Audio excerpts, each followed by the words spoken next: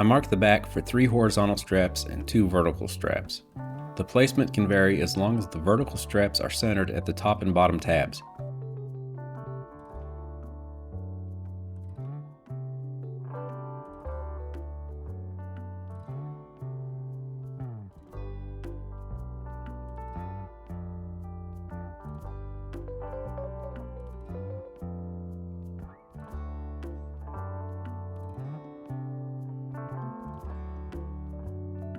Now we need a few pieces of webbing and elastic.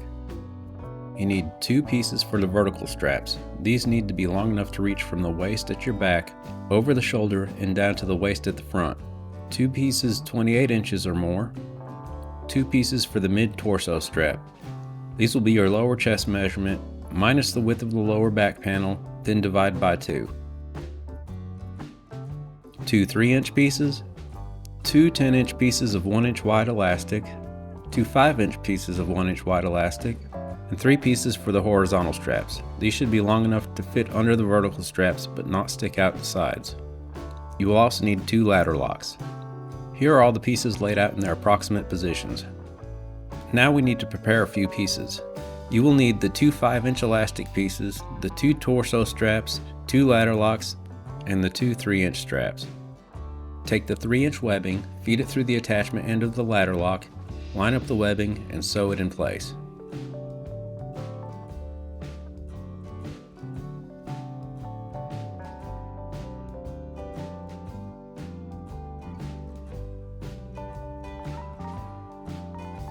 Overlap the 5-inch elastic on the torso strap about 1 inch. Sew them together and finish the ends with several passes of a zigzag stitch.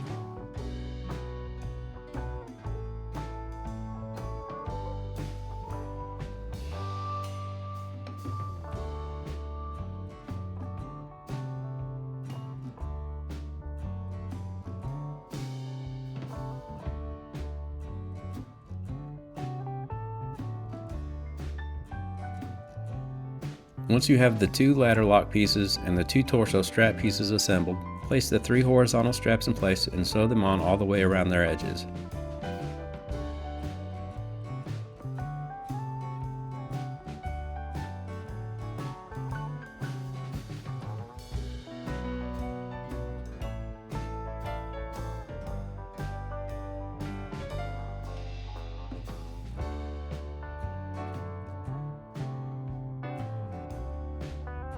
Once those are done, attach the 10-inch long elastic to the bottom. Let them overlap the panel 1 inch and keep them inside the vertical marks.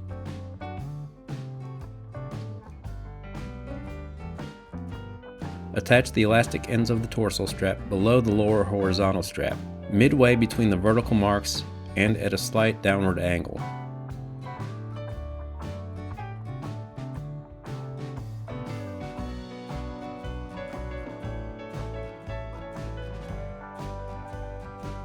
Sew on the 2 ladder lock pieces even with the lower horizontal strap, making sure the ladder locks are facing up with the ends in between the vertical marks.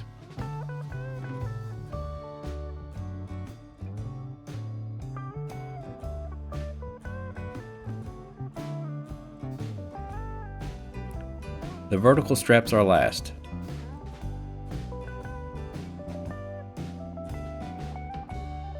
I use the marks as guides to sew the straps into a gentle curve.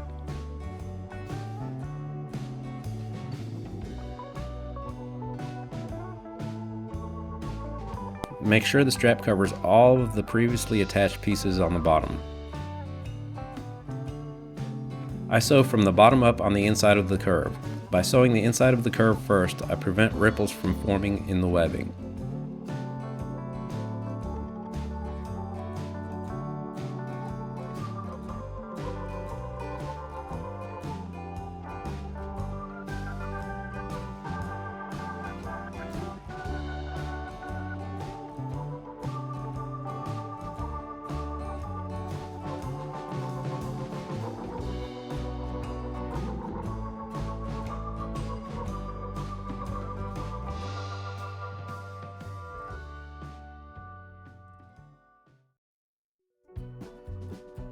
Whether you attach them straight to a backpack or you are making a load carrier, we need some shoulder pads.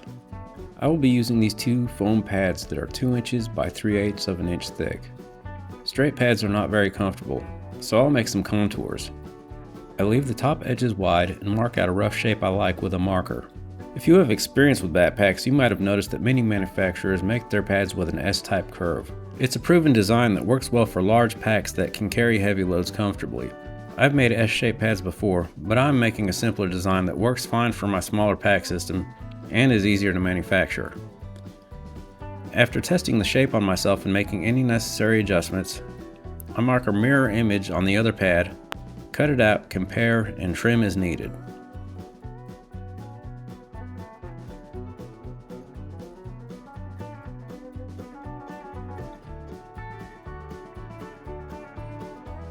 Once I have a left and right pad, I make a pattern for the fabric covering. Take one of the pads and trace out the outline onto some pattern paper.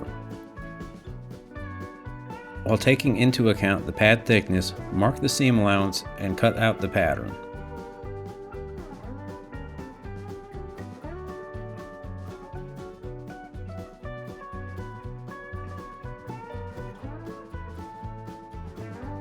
I place notches onto the shoulder pads where the side release buckles sit when the backpack is attached.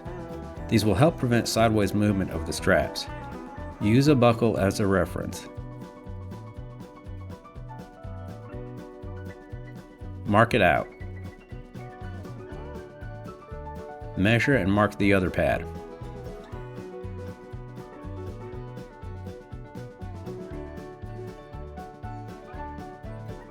Using whatever cutting tool you are comfortable with, carefully carve out the notches halfway through the pad.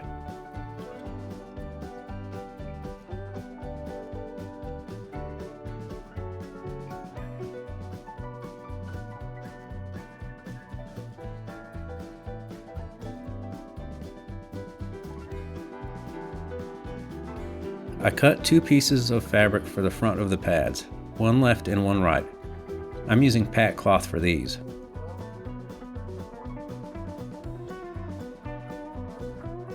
For the inside of the pad, I like to use a fabric that has some stretch to it but is fairly durable.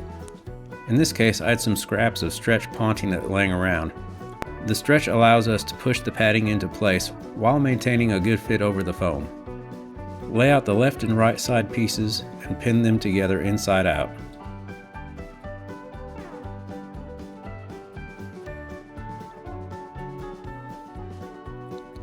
Sew them together, leaving the top ends open.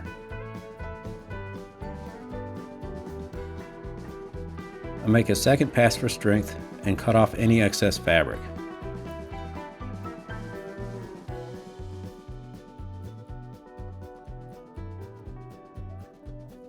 Now turn them right side out.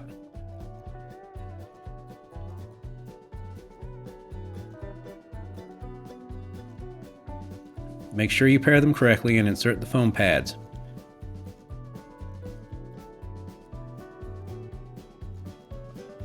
This can take a little persuasion.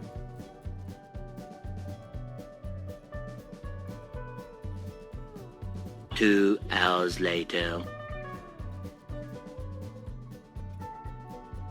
Close the ends with a few passes of a zigzag stitch.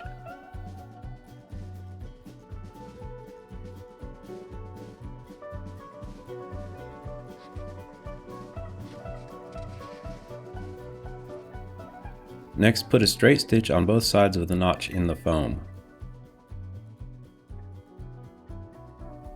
The machine might need a little help here because of the thick foam, so you may need to gently push or pull to help feed the pad.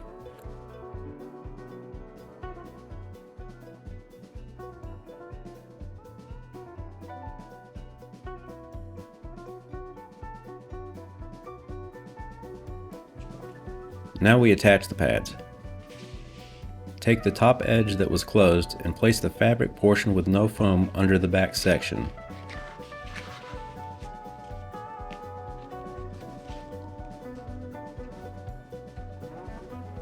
Lay the strap over top and make several passes.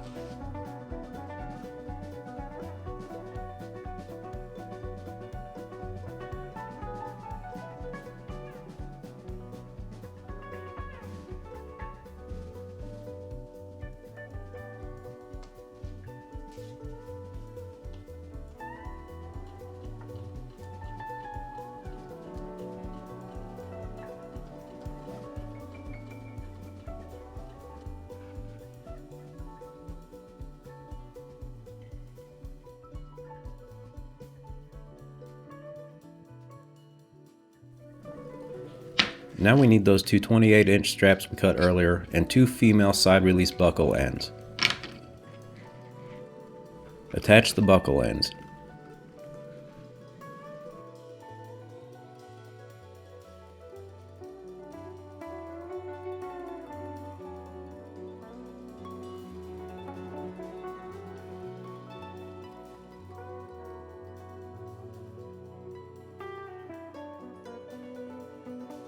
Those straps will be placed over the other straps, centered on the pad and sewn together at 4 points. The strap with the buckle ends will start 3 inches from the end of the pad and stop 1 inch below the notch of the pad. The stitches go through the pad and lock it all together.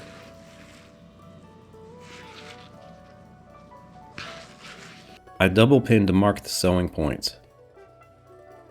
Your machine might have a hard time sewing through the thick pads. Take your time and hand stitch if you need to.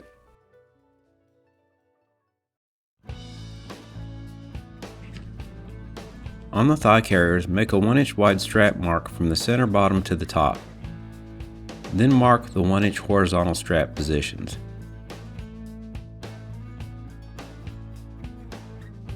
Place the 1.5 inch sewing marks centered evenly.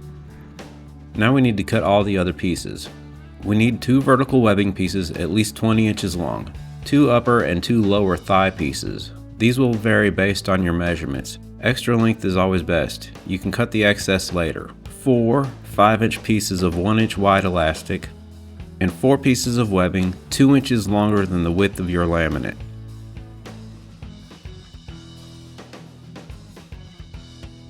Sew the vertical pieces on first, starting at the bottom mark.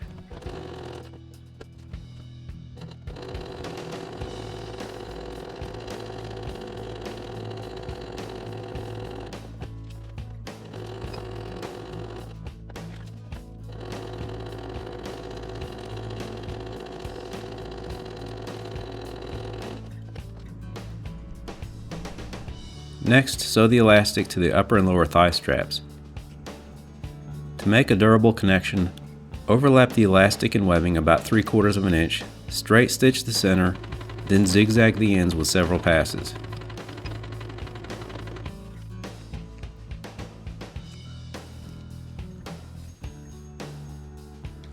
Attach the elastic end of the straps to the back edge of the laminate in the same way.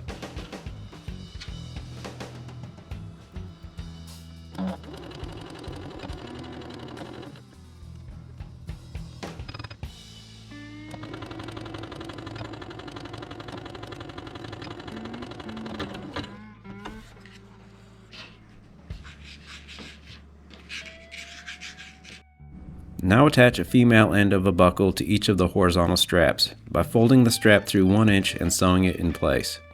Make sure the fold is on the back side of the buckle.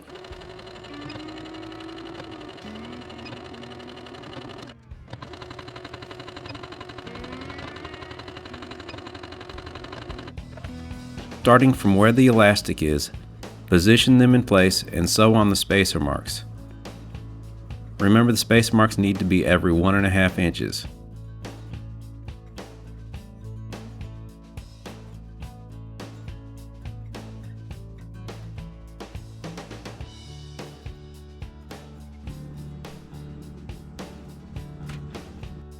Trim all of the excess thread off. Attach the buckle ends and thread the webbing ends through.